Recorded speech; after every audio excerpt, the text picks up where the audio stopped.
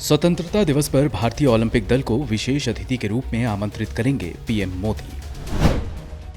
Corona की दूसरी लहर अभी तक खत्म नहीं हुई, सरकार ने चिताया 8 राज्यों में आर वैल्यू अब भी ज्यादा। सेना का हेलीकॉप्टर रंजीत सागर डैम के निकट हादसे का शिकार, पंजाब के पठानकोट से भरी थी उड़ान। लालू यादव ने कहा, बिहार में तेजस्वी चिराग का देखना चाहते हैं गठबंधन, वे अभी भी एलपीजी के नेता। राहुल गांधी की अगुवाई में संसद तक विपक्ष का साइकिल मार्च, सरकार के खिलाफ हल्ला बोल। लव जिहाद की घटनाओं को रोकने के लिए इलाहाबाद हाईकोर्ट ने दिया जोधा अकबर का उदाहरण, कहा शादी के लिए धर्म परिवर्तन जरूरी नहीं। ईवीएम पर सवाल उठाने वाली याचिका दिल्ली हाईकोर्ट में खारिज, याचिकाकर्ता पर 10,000 रुपए का जुर्माना। और जारी हुए सीबीएसई 10वीं के नतीजे, लड़कियों का प्रदर्शन इस वर्ष भी रहा लड़कों से बेहतर।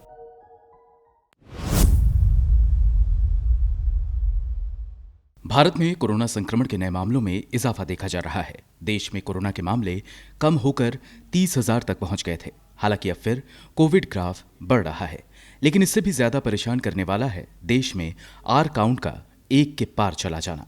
मिशिगन यूनिवर्सिटी के कोविड-19 स्टडी ग्रुप के जारी आंकड़े बताते हैं कि भारत में आर लेवल 30 जुलाई को 1.01 हो गया है। इस स्टडी टीम को लीड करने वाली सीताभरा सिन्हा ने इकोनॉमिक टाइम्स से कहा कि हाल ही के आंकड़े बताते हैं कि भारत का आर लेवल 1 के पार चला गया है। उन्होंने कहा कि अगर एक्टिव केस की संख्या कुछ 100 के आसपास हो और आर लेवल 1 के आसपास हो तो किसी आउटब्रेक पर काबू पाया जा सकता है। देश में जब कोरोना की दूसरी लहर चरम पर थी, तब 9 मार्च से 21 अप्रैल के बीच आर वैल्यू 1.37 थी।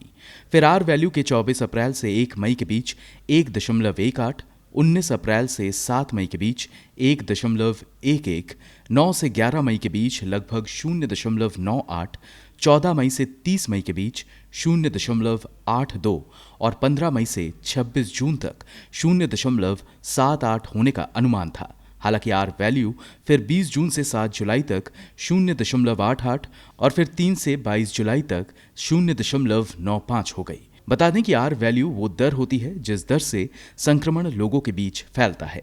आर काउंट के 0.95 होने का मतलब है कि औसतन 100 संक्रमित लोग आगे 95 लोगों तक संक्रमण फैलाते हैं। आर काउंट का 1 से कम होने का मतलब है कि देश में एक्टिव केसों की संख्या पिछले समय के मुकाबले कम है और संक्रमित मामले कम हो रहे हैं। शोध के आंकड़े बताते हैं कि 8 भारतीय राज्यों में आर वैल्यू बढ़ी है। इनमें पूर्वोत्तर राज्य, राजधानी दिल्ली, हिमाचल प्रदेश और उत्तराखंड शामिल है। इन राज्यों में आर वैल्यू 1 के पार चली गई है। बता दें कि उत्तराखंड में कुंभ मेले का आयोजन किया गया था, जिसके बाद से विशेषज्ञों ने राज्य में कोरोना संक्रमण के गंभीर हालात बनने की चिंता जताई थी, जबकि दिल्ली से बड़ी संख्या में पर्यटक हिमाचल प्रदेश के हिल स्टेशन पर पहुंचे थे। आंकड़ों के अनुसार उत्तराखंड में आर काउंट फिलहाल 1.17 है, जबकि दिल्ली और हिमाचल प्रदेश में ये क्रमशः 1.01 और 1.13 है। केरल में आर वैल्यू 1.2 है। इसके अलावा पूर्वोत्तर राज्यों मिजोरम, मेघालय, सिक्किम, मणिपुर में आर काउंट 1.56, 1.27, 1.26 और 1.08 है। भारत में फरवरी 17 के आसपास आर वैल्यू 1.01 थी। इसके बाद देश में मार्च के महीने से संक्रमण के मामले बढ़े और विशेषज्ञों ने बढ़ते मामलों को कोरोना की दूसरी लहर कहा। ब्यूरो रिपोर्ट, गो न्यूज। जापान के टोक्यो में ओलंपिक का खेल चल रहा है और यहाँ खेल के मैदान में भारत की स्थिति नाजुक बनी हुई है। टोक्यो में भारत ने अब तक सिर्फ 2 मेडल जीते हैं और भारत की ओलंपिक में रैंकिंग 63 है। 2 मेडल में भारत ने वेट लिफ्टिंग में 1 सिल्वर और बैडमिंटन में 1 ब्रोंज मेडल जीते हैं।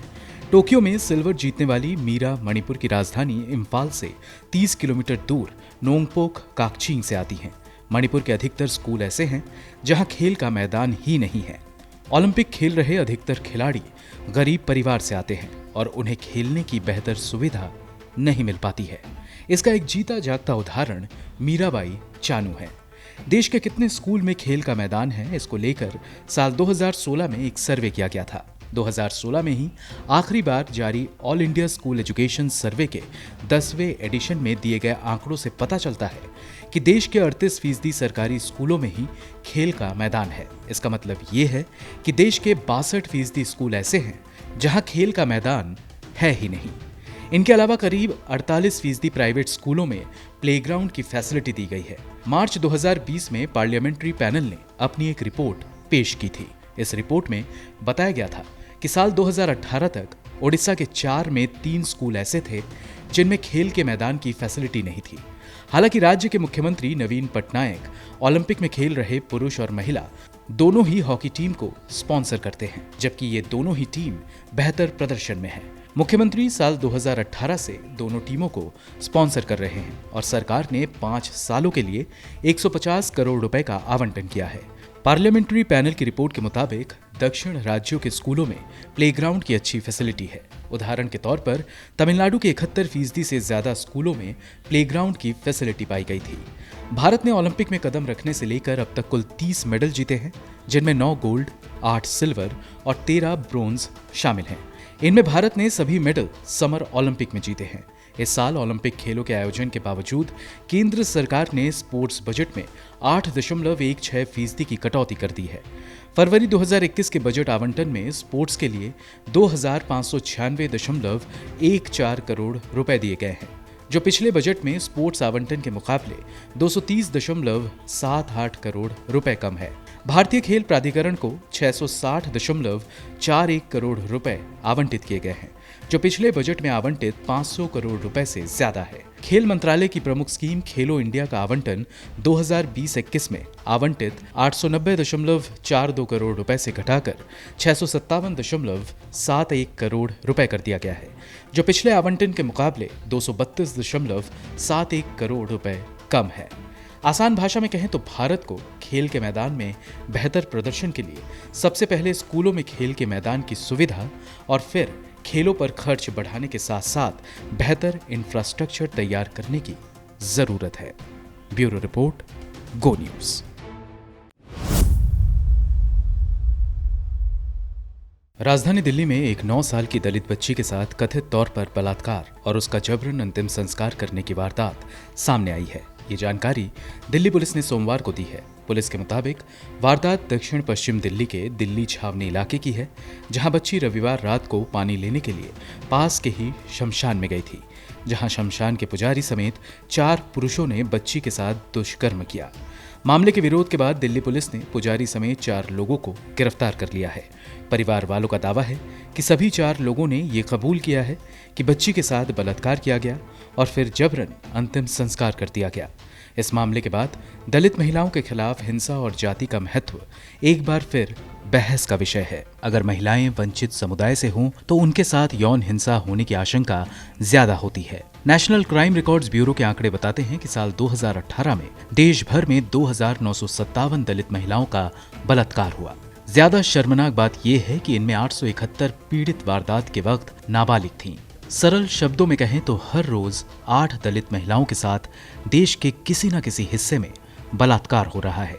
एनसीआरबी के मुताबिक दलित समुदाय की सबसे ज्यादा 526 महिलाएं उत्तर प्रदेश में शिकार हुई। ध्यान रहे कि अब दलित समुदाय बीजेपी का भी बड़ा वोट बैंक है, लेकिन यूपी की सत्ता बीजेपी के हाथ में आने के बावजूद दलितों पर हिंसा और अत्याचार के मामले नहीं थम रहे हैं। वहीं दूसरे नंबर पर आता है मध्य प्रदेश, जहां 474 दलित महिलाएं बलात्कार की शिकार बनी। इसी तरह राजस्थान में 385, महाराष्ट्र में 313 और हरियाणा में 171 दलित महिलाओं को बलात्कार का दंश झेलना पड़ा। देश में सबसे ज्यादा 30% दलित आबादी पंजाब में है, लेकिन यहाँ हालात अन्य राज्यों के मुकाबले बेहतर हैं।